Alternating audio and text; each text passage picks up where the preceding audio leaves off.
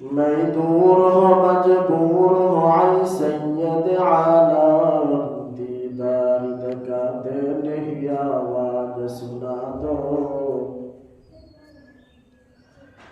दीदार दका दे नहीं आवाज सुना दो मैं सूरत यूसुफ का नहीं चाहने वाला मैं क्या इसके मानंद नहीं आशिक लैला मैं क्या इसके मानंद नहीं आशिक लैला मैं आशिक मौला हूँ मेरा इश्क दवाना मैं आशिक मौला हूँ मेरा इश्क दवाना ए जुमला जहां जिसके तजल्ली से उजाला ए जुमला जहां जिसके तजल्ली से उजाला अल्हम्दुलिल्लाह আল্লাহ পাকের দরবারে অসংখ্য অগণিত শুকর ও সুজুদ যে মহান রব্বুল আলামিন আমাদেরকে এই ফিতনা ফাসাদের জামানায় বিভিন্ন কাজ থেকে ফারেক করিয়া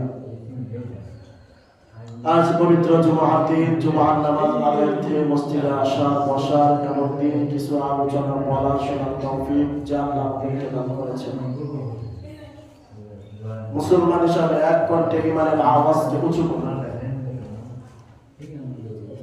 সকলের অন্তরের অন্তরস্থল থেকে একবার কালিমাতুশ শুকর আদায় করি বলি আলহামদুলিল্লাহ আলহামদুলিল্লাহ লক্ষ দরুদ ও সালাম বিশ্বমানবতার মুক্তির বিশাল বিশ্বমানবতার মুক্তির কান্ডারি সাইয়্যিদুল মুরসালিন ইমামুল মুরসালিন সাইয়্যিদুল আম্বিয়া সাইয়্যিদুস সাকালাইন শাফিউল মুসলিমিন আতায়ে নামদার মদিনা কা তাজদা জনাবে মুহাম্মদুর রাসূলুল্লাহ সাল্লাল্লাহু আলাইহি ওয়াসাল্লাম সম্মানিত হাজির আমরা কুরবানি সম্পর্কে আলোচনা শুনছিলাম যে কুরবানির শুরু ও সূচনা হযরত আদম নবিয়্যিনা আলাইহিস সালামের পুত্রদ্বয় হাবিল ও কাবিল থেকে শুরু হয়েছিল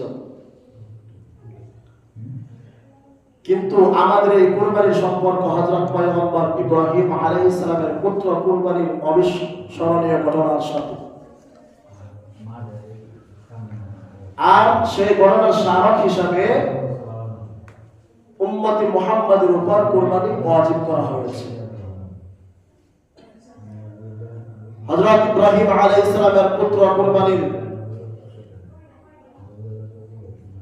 সে এক কঠিন ঘটনা ছিল কঠিন ইতিহাস ছিল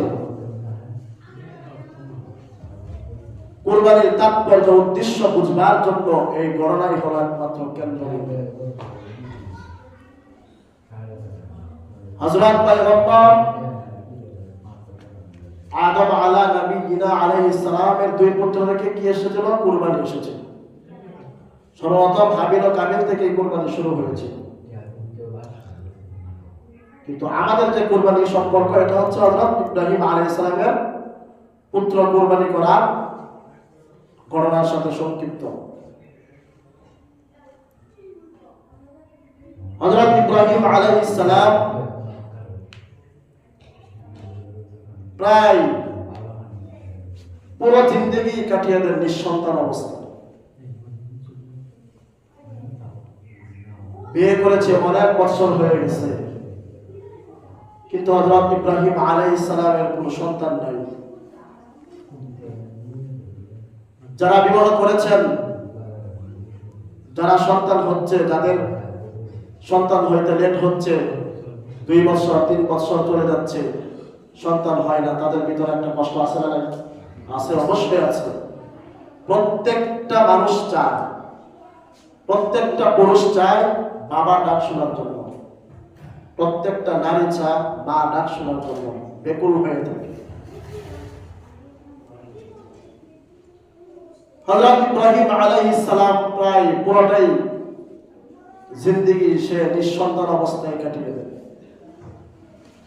অবশেষে তার বয়স যখন 86 বছর কত বছর 86 বছর, তখন তিনি একদিন আল্লাহ তাআলার কাছে দোয়া করলেন, রাব্বি হাবলি মিনাস সালিহিন।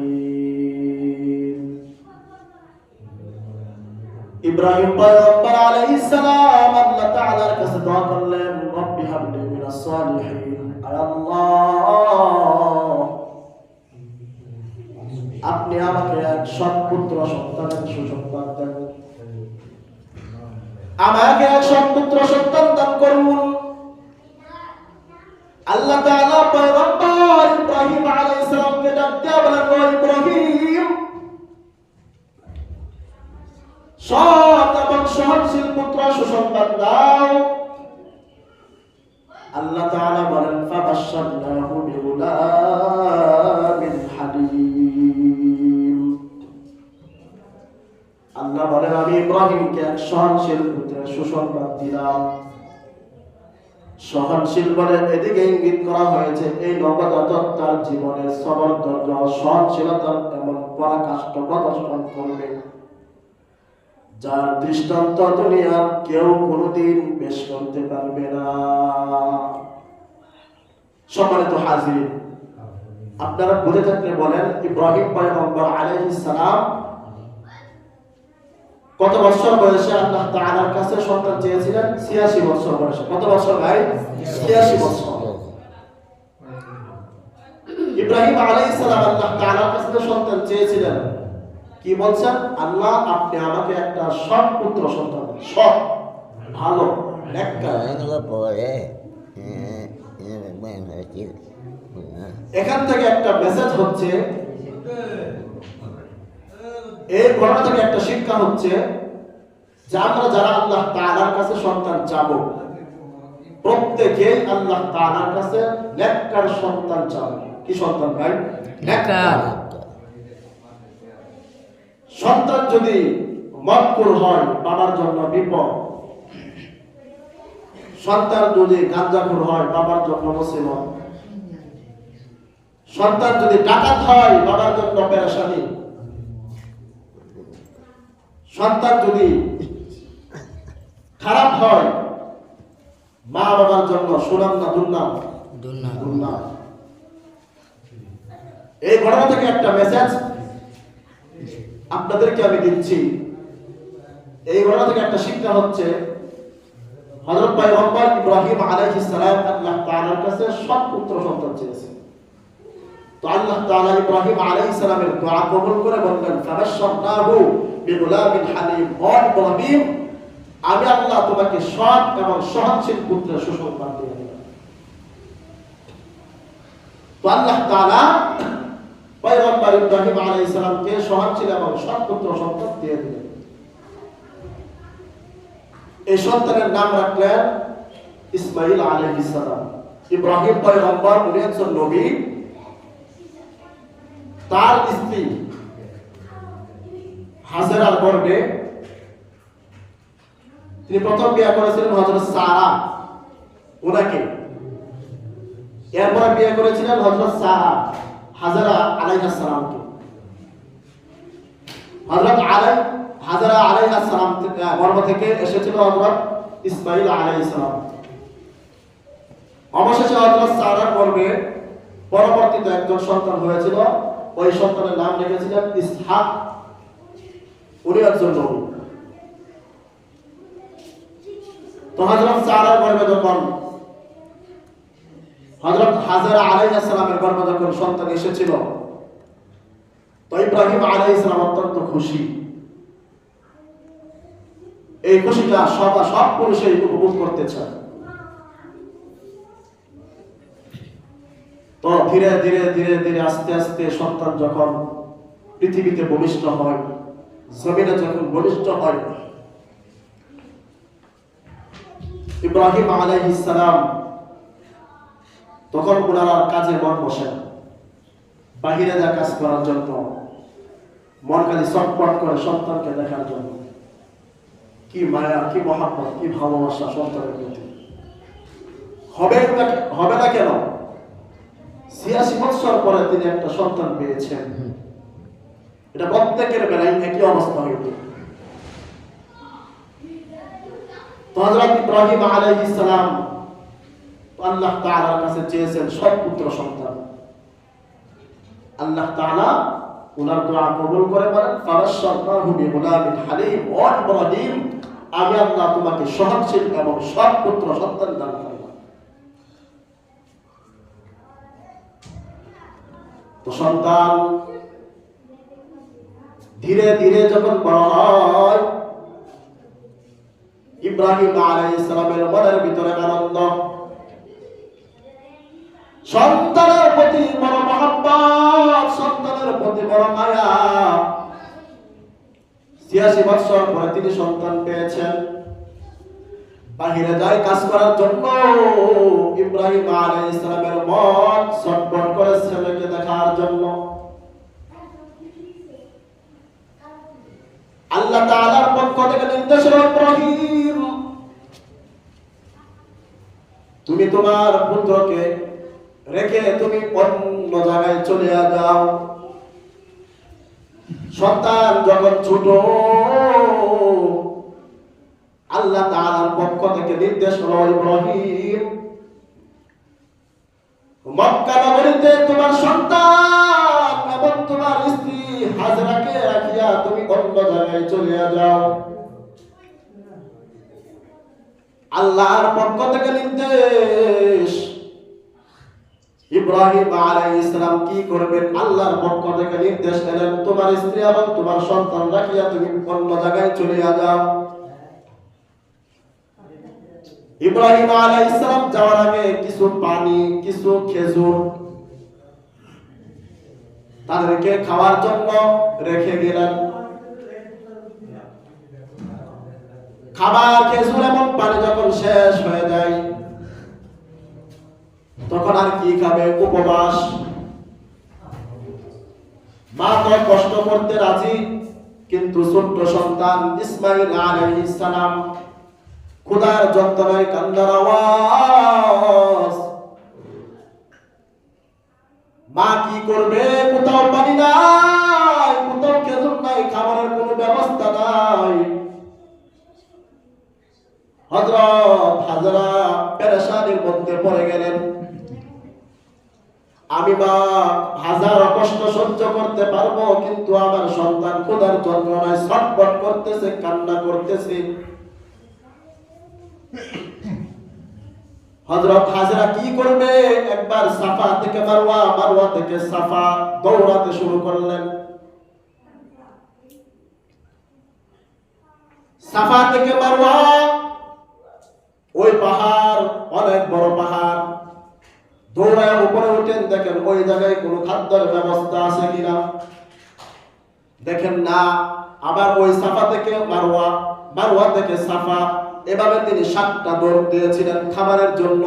আল্লাহ তাআলার কাছে এই হাজারার দৌড়টা এত পরিমাণ পছন্দ হয়েছে, এখানে যারা হজ করেছেন প্রত্যেকটা হাজী সাহেবের জন্য এই দৌড় দেওয়া আবশ্যক করে দিয়েছেন আল্লাহ। সন্তান ধীরে ধীরে যখন বড় হয়, বাবার সঙ্গে চলাফেরার মতো বয়স যখন উপনীত হয়ে যায়, আল্লাহ তাআলার পক্ষ থেকে ঘোষণা এলো, ও ইব্রাহিম তুমি তোমার সন্তানকে আমি আল্লাহর জন্য কুরবানি করো। আল্লাহ তাআলা বলেন, ফালাম্মা বালাগা মা'হুস সা'য়া ক্বালা ইয়া বুনাইয়া ইন্নী আরা ফিল মানাম আন্নী আযবাহুকা ফানজুর মাযা তারা। ক্বালা ইয়া আবাতি ইফআল মা তু'মার সাতাজিদুনি ইনশাআল্লাহু মিনাস সাবিরিন।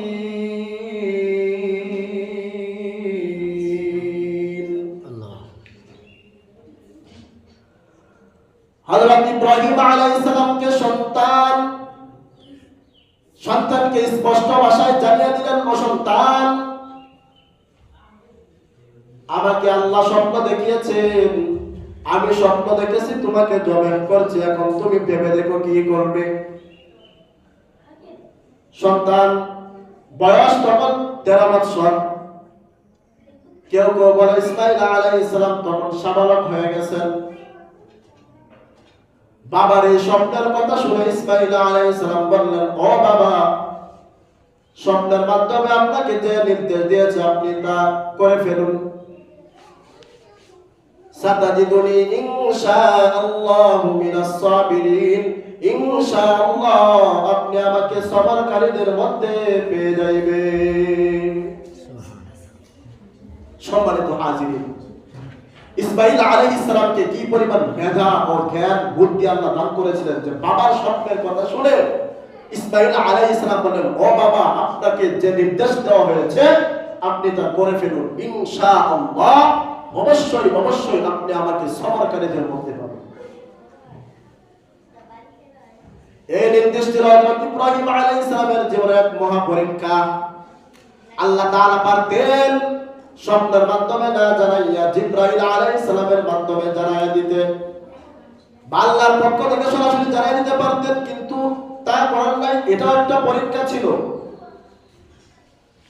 যেরকম আমরা ঘুমাইলে স্বপ্ন দেখি না, আমরা এই স্বপ্নের ব্যাখ্যা আমরা অনেকেই অনেক রকম করতে চেষ্টা করি, কিন্তু ইব্রাহিম আলাইহিস সালাম উনি একজন পয়গম্বর, উনাকে যে স্বপ্ন উনি যে স্বপ্ন দেখেছেন এই স্বপ্নটা হচ্ছে ওহী, এটা বাস্তব স্বপ্ন। তো আমরা মানুষ যারা স্বপ্ন দেখি একটা, আমরা তাবির করি অন্যটা, ব্যাখ্যা করি অন্যটা। কিন্তু ইব্রাহিম আলাইহিস সালামের জন্য এটা একটা পরীক্ষা ছিল। তিনি কোন রকম ব্যাখ্যা করার অবকাশ দিলেন না। যে আল্লাহর পক্ষ থেকে যে নির্দেশ এসেছে, যা নির্দেশ আমার উপর অর্পণ হয়েছে, তাই আমি আমার পালন করতে হবে। তো ইব্রাহিম আলাইহিস সালাম সন্তানকে আবার বললেন, ও সন্তান, আল্লাহর পক্ষ থেকে নির্দেশ হলো তোমাকে জবাই করার জন্য। এখন তুমি চিন্তা করে দেখো, এখন তুমি চিন্তা করো কি করবা। ইসমাঈল আলাইহিস সালাম বললেন, ও বাবা, আপনাকে যে নির্দেশ দেওয়া হয়েছে আপনি তা পালন করুন। সাতাজিদুনি ইনশাআল্লাহু মিনাস সাবিরিন, ইনশাআল্লাহ অবশ্যই অবশ্যই আপনি আমাকে সবরকারীদের মধ্যে পাবেন। তো দীর্ঘদিন পরে ইব্রাহিম আলাইহিস সালাম এত বছর পরে যখন সন্তান পাইলেন, ভিতরে কি পরিমাণ মায়া, কি পরিমাণ মহব্বত, কি পরিমাণ ভালোবাসা। ইসমাঈল আলাইহিস সালামকে কুরবানি করার জন্য যখন কুরবানি গাহে চলে গেলেন, ইসমাঈল আলাইহিস সালামকে কি পরিমাণ মেধা আল্লাহ তাআলা দান করেছিলেন। ইসমাঈল আলাইহিস সালাম ইব্রাহিম আলাইহিস সালামকে ডাক দিয়ে বলেন, ও বাবা, আপনি বৃদ্ধ বয়সে আমাকে পেয়েছেন, আল্লাহর পক্ষ থেকে নির্দেশ এসেছে, মানলাম আমাকে জবাই করার, কিন্তু আমাকে যখন আপনি শাহিদ করিয়া জবাই করবেন, আপনার চক্ষু আমার চক্ষু যখন এক হয়ে যাবে, তখন আপনার ভিতরে মায়া কাজ করবে। আপনি ছুরি রেখে হয়তো আমাকে জড়িয়ে ধরে ফেলবেন। ও বাবা, আপনাকে আমি একটা কথা বলতেছি, নেকড়া দিয়ে আপনার চক্ষুগুলো বেঁধে আনেন, আমার চক্ষু বেঁধে ফেলেন, কারণ আপনার চক্ষু আমার চক্ষু যখন এক হয়ে যাবে, তখন আপনার মধ্যে মায়া কাজ করবে বা আমার মধ্যে মায়া কাজ করবে। তখন আমরা আল্লাহর আদেশকে যদি আমরা যেভাবে আল্লাহর পক্ষ থেকে নির্দেশ এসেছে ওইভাবে যদি পালন করতে না পারি, তাহলে আল্লাহ বেজার হয়ে যাবে। সন্তানের কথা ইব্রাহিম আলাইহিস সালাম চোখ বেঁধে নিলেন, সন্তানের চোখও বেঁধে ফেললেন। এখন শাহিদ করেছেন জবাই করার জন্য। এই দৃশ্য দেখে আসমানের সমস্ত ফেরেশতা কান্নার রোল পড়ে গেল।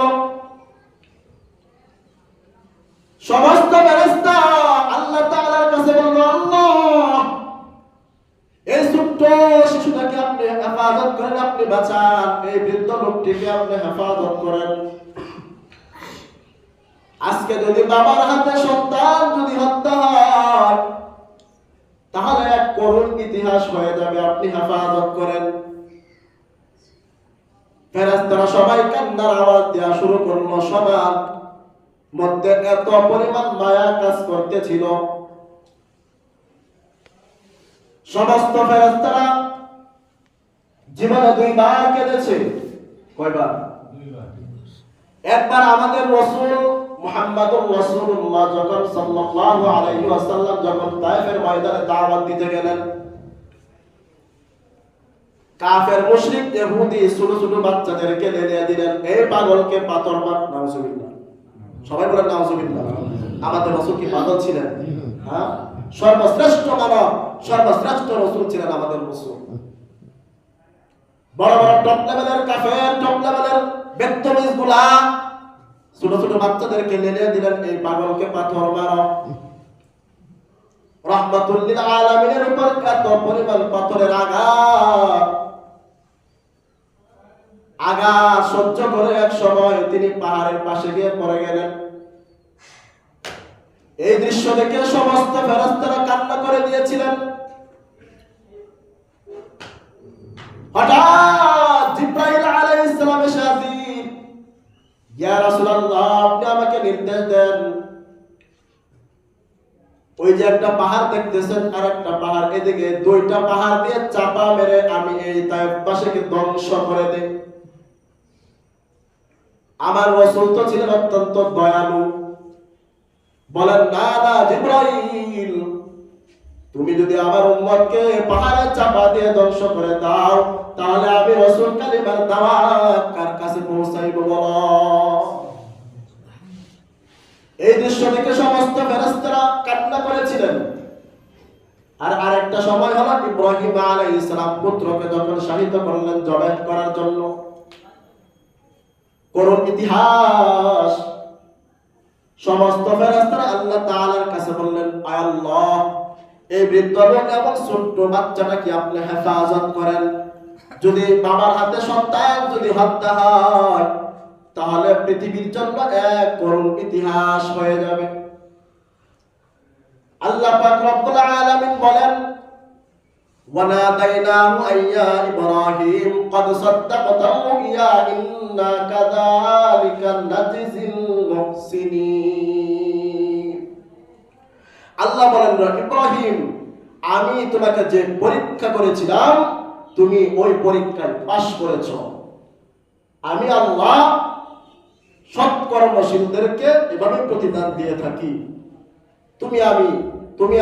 আমি আল্লাহর কাছে তুমি পাস করে ফেলেছ।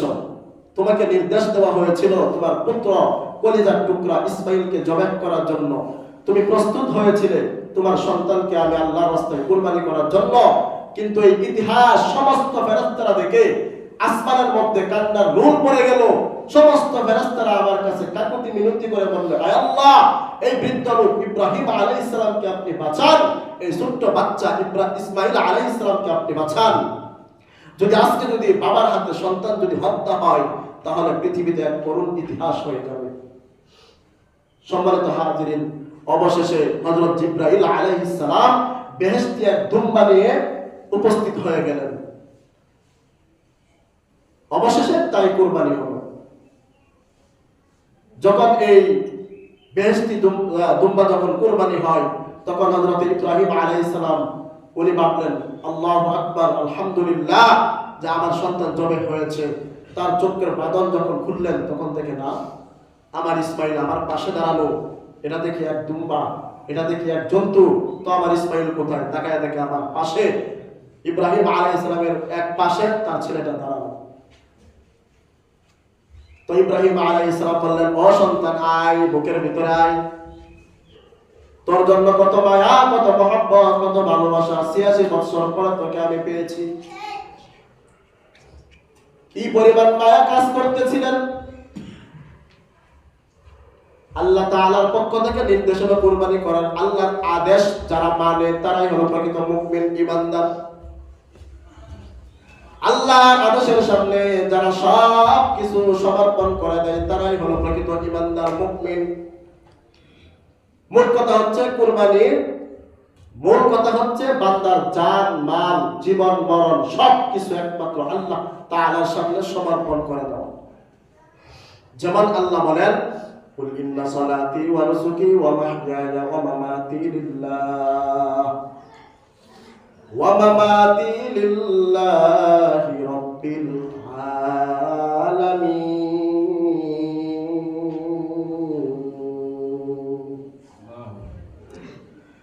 কুল ইন্না সালাতি আমার নামাজ, ওয়া নুসুকি আমার কুরবানি, ওয়া মাহইয়ায়া আমার জীবন, ওয়া মামাতি আমার মরণ, লিল্লাহি রাব্বিল আলামিন কার জন্য?